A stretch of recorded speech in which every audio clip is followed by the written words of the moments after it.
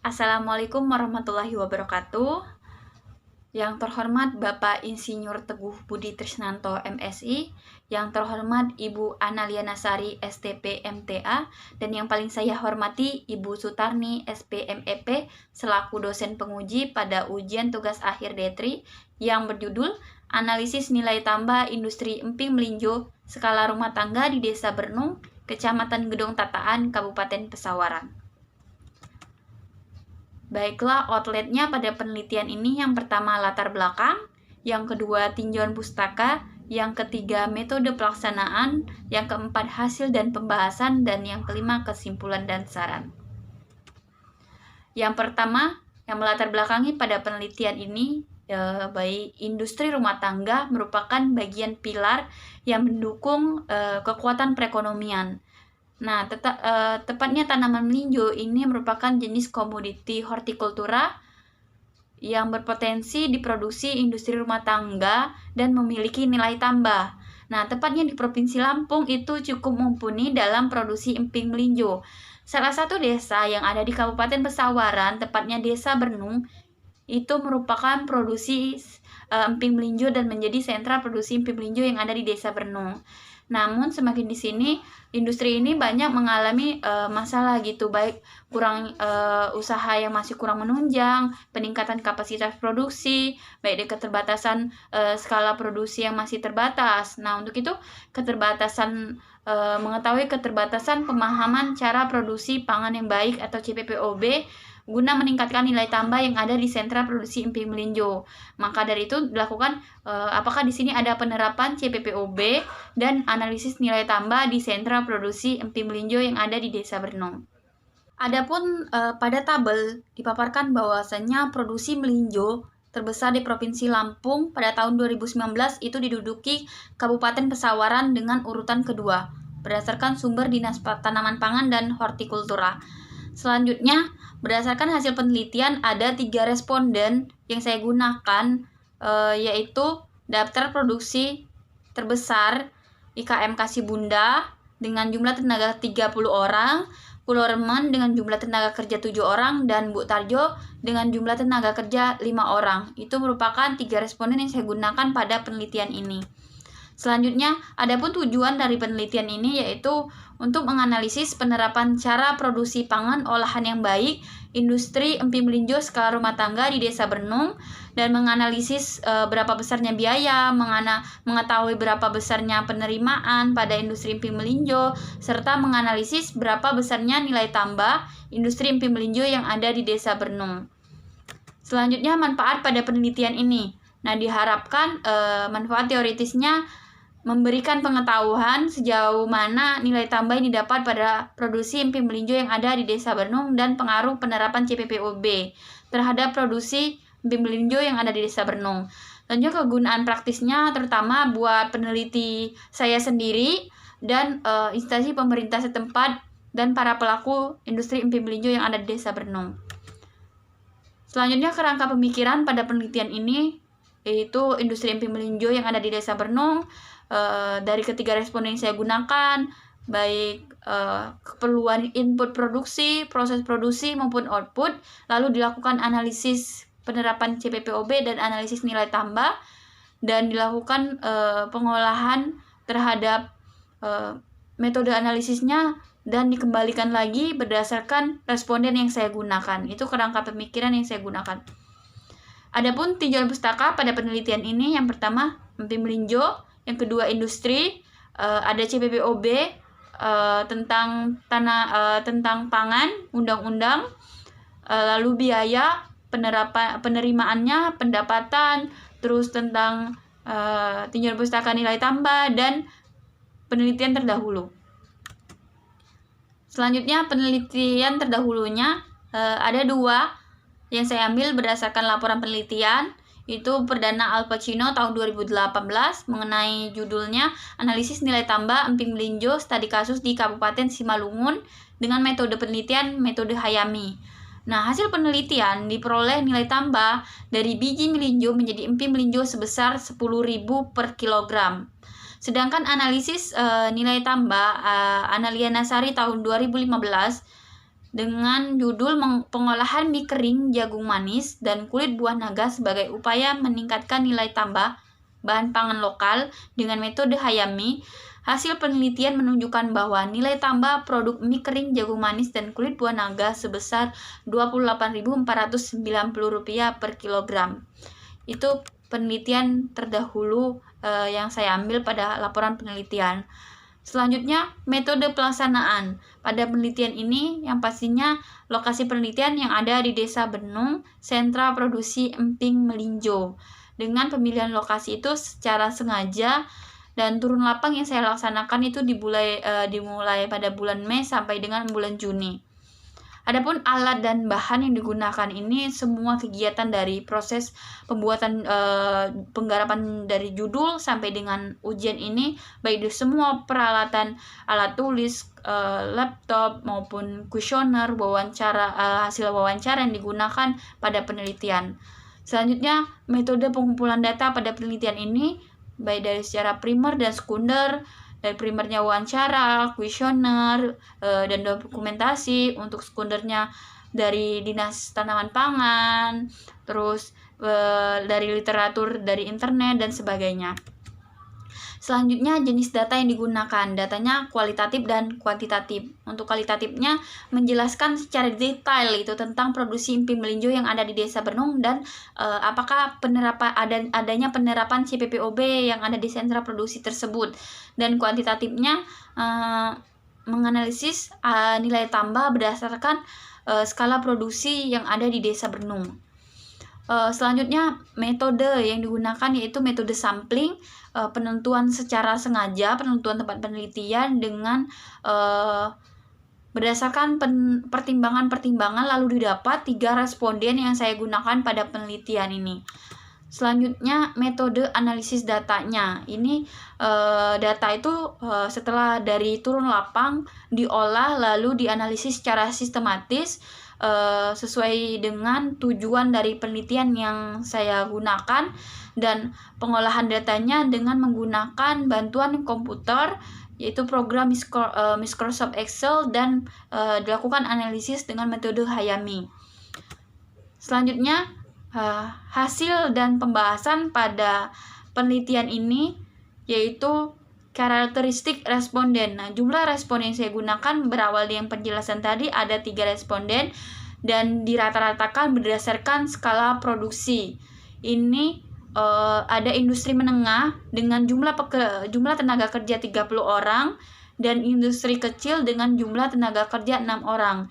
Ini hasil jumlah responden sudah saya rata-ratakan berpanduan pada BPS tahun 2013 dan Undang-Undang Nomor 20 Tahun 2008 tentang usaha mikro, kecil, dan menengah. Selanjutnya, umur responden. Nah, didapat bahwasannya umur responden pada 3 responden berdasarkan skala usaha tersebut ada yang masih produktif dan non-produktif. Kenyataannya, usia yang dianggap lansia atau non-produktif tadi bekerjanya memang menurun, namun pengalaman usaha atau pengalamannya lebih banyak dibanding usia produktif. Itu membuat minat usaha dari pelaku usaha yang ada di Desa Benung. Selanjutnya, tingkat pendidikan. Nah, dari berdasarkan skala produksi, responden itu menunjukkan pendidikannya cukup tinggi dari ketiga responden tersebut. Ini menyatakan bahwa pengaruh pendidikan ini sangat berpengaruh secara nyata terhadap minat usaha dalam produksi emping melinjo. Nah, artinya semakin tinggi pendidikan seseorang, minat usahanya akan semakin tinggi pula. Tuh. Selanjutnya, jumlah anggota keluarga atau tanggungan dengan rentan 2-6 orang didapat berdasarkan skala usaha. Memang jumlah tenaga kerja ini sangat mempengaruhi, karena semakin banyaknya jumlah anggota keluarga maka kebutuhan hidup itu akan semakin tinggi dan menuntut para pelaku yang ada di Desa Benung itu untuk bekerja secara maksimal gitu. Sedangkan pengalaman usaha dalam produksi emping melinjo baik industri kecil dan menengah, industri menengah dengan pengalaman usahanya selama 30 tahun. Dan industri kecil baru 5 tahun memulai usahanya. Memang kenyataannya di lapang bahwasannya industri menengah ini lebih jauh melangkah dibanding industri kecil, baik dari produksinya yang lebih banyak dan jumlah tenaga kerjanya yang lebih banyak dibanding industri kecil. Ini menyatakan menurut Dwi 2014, produktivitas dalam bekerja bisa meningkatkan seiring dengan pengalaman seseorang dalam menjalankan usahanya. Selanjutnya, baik dari pelatihan seminar. Nah, sebenarnya pada kondisi di lapang, para pelaku usaha itu belum pernah mengikuti kegiatan seminar, baik yang berkaitan di luar kegiatan produksi Emping Melinjo maupun berkaitan dengan usaha Emping Melinjo. Berdasarkan hasil wawancara, industri menengahlah yang pernah mengikuti kegiatan seminar. Itu dikarenakan apa? Industri menengah lebih dikenal karena sudah memproduksi, pengalaman usahanya sudah lama, jadi dia lebih dikenal, sehingga ketika ada kegiatan industri menengah lah yang diundang lebih dahulu gitu. Untuk selanjutnya, alasan memilih usaha. Ada 2 kategori, baik dari kemudahan produksi maupun peluang usaha dari produksi Emping Melinjo yang ada di Desa Bernung. Dan pada tabel ini dipaparkan sumber modal industri Emping Melinjo, baik industri menengah maupun industri kecil, itu menggunakan modal sendiri. Dan bahan baku yang digunakan itu beberapa varietas. Nah, varietas yang digunakan di pasaran itu campuran. Baik mereka yang memproduksi dan memproduksi juga itu varietas campuran karena keterbatasan bahan baku. Para pelaku itu menerima dari tengkulak itu varietas apa saja yang digunakan dalam memproduksi Emping Melinjo. Namun untuk varietas yang paling bagus itu varietas gentong, karena biji dari emping itu lebih besar sehingga sangat efisien dalam digunakan untuk memproduksi Emping Melinjo. Selanjutnya, pengadaan bahan baku. Nah, pengadaan bahan baku ini para pelaku baik industri kecil maupun industri menengah itu beli, tidak menanam sendiri biji melinjonya. Terus tempat pembeliannya itu dari pengepul melinjo. Frekuensi pembelian itu dilakukan dalam beberapa kali produksi. Terus cara pembayarannya secara tunai. Selanjutnya, peralatan usaha Emping Melinjo. Peralatannya yang digunakan masih cukup sederhana, tungku, serokan, palu, kuali, baik tatakan, sekrap, mangkok, maupun plastik digunakan untuk jemur Emping Melinjo.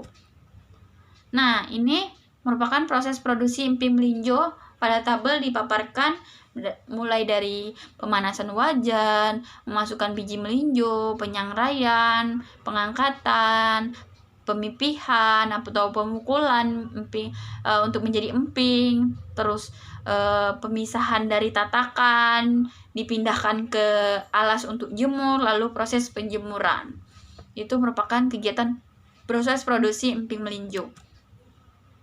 Selanjutnya, pemasaran Emping Melinjo. Nah, di sini lemahnya sentra produksi Emping Melinjo ini, mereka menjual Emping Melinjo dengan kemasan curah atau dijual dengan per kilogram gitu, tidak memiliki kemasan khusus, hanya mengandalkan kemasan dari kardus dan kantong plastik.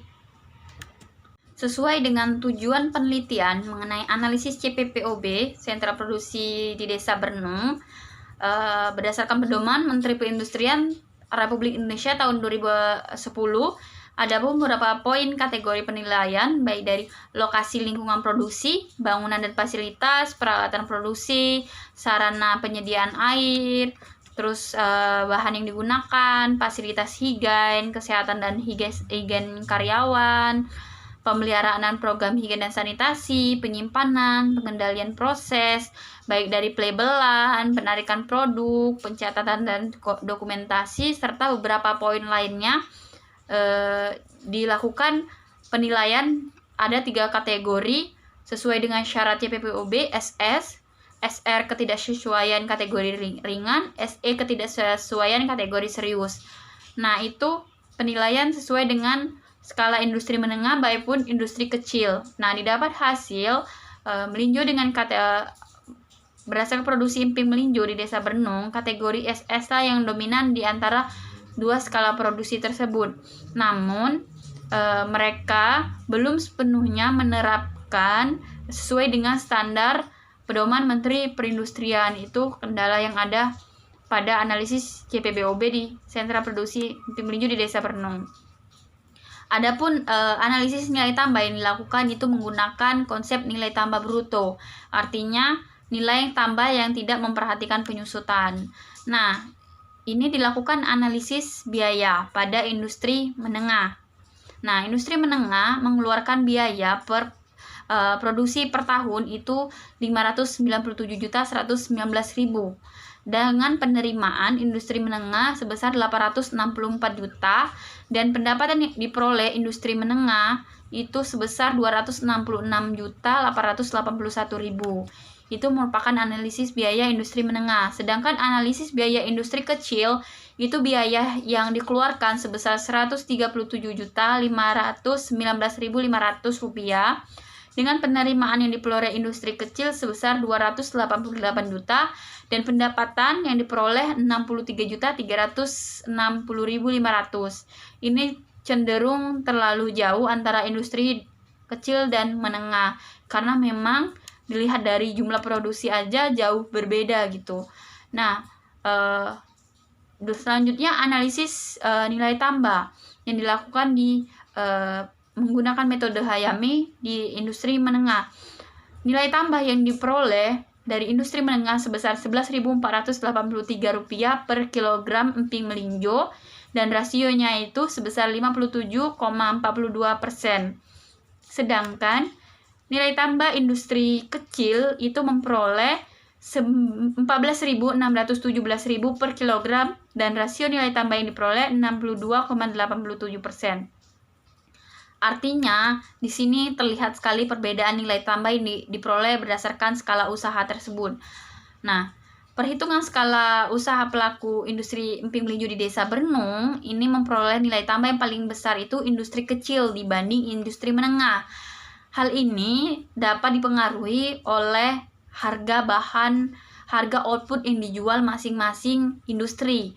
Memang kenyataannya industri kecil menjual lebih tinggi, harga emping melinjo lebih tinggi dibanding industri menengah. Faktor lainnya dipengaruhi oleh pangsa pasar. Industri kecil menjual itu keluar kota, menjual emping melinjo, tepatnya di kota Jambi atau daerah Jambi dengan harga Rp46.500 dengan dirata-ratakan berdasarkan skala industri. Itu pengaruh dari faktor pangsa pasarnya. Di sisi lain memang industri kecil ini menjual dengan sistem sortasi, artinya ketika dijual ke luar kota itu emping yang diberikan dijual itu dengan kondisi memang yang paling bagus atau yang mutunya yang paling baik, emping melinjonya dengan kualitas yang paling baik. Ini yang membuat para pasar di daerah Jambi itu bertahan sampai sekarang membeli emping melinjo di industri kecil yang ada di Desa Bernung. Nah, itu merupakan penjabaran dari hasil penelitian yang saya lakukan. Adapun saran yang dapat disimpulkan, diharapkan para pelaku usaha emping melinjo di Desa Bernung ini tetap meningkatkan dan mempertahankan produksi emping melinjo yang mereka lakukan sejak bertahun-tahun yang lalu. Artinya memang di sana keberadaan usaha emping melinjo ini merupakan sumber pendapatan bagi pelaku rumah tangga, apalagi produsen yang sudah besar gitu. Memang menjadi pencarian utama mereka memproduksi emping melinjo.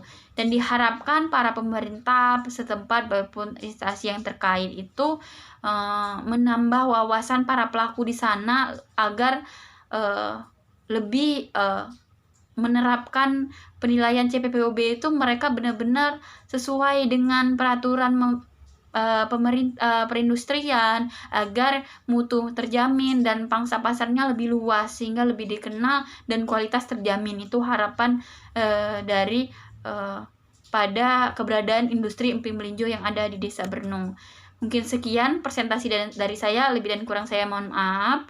Dan kepada Allah saya mohon ampun, saya akhiri. Wassalamualaikum warahmatullahi wabarakatuh. Terima kasih.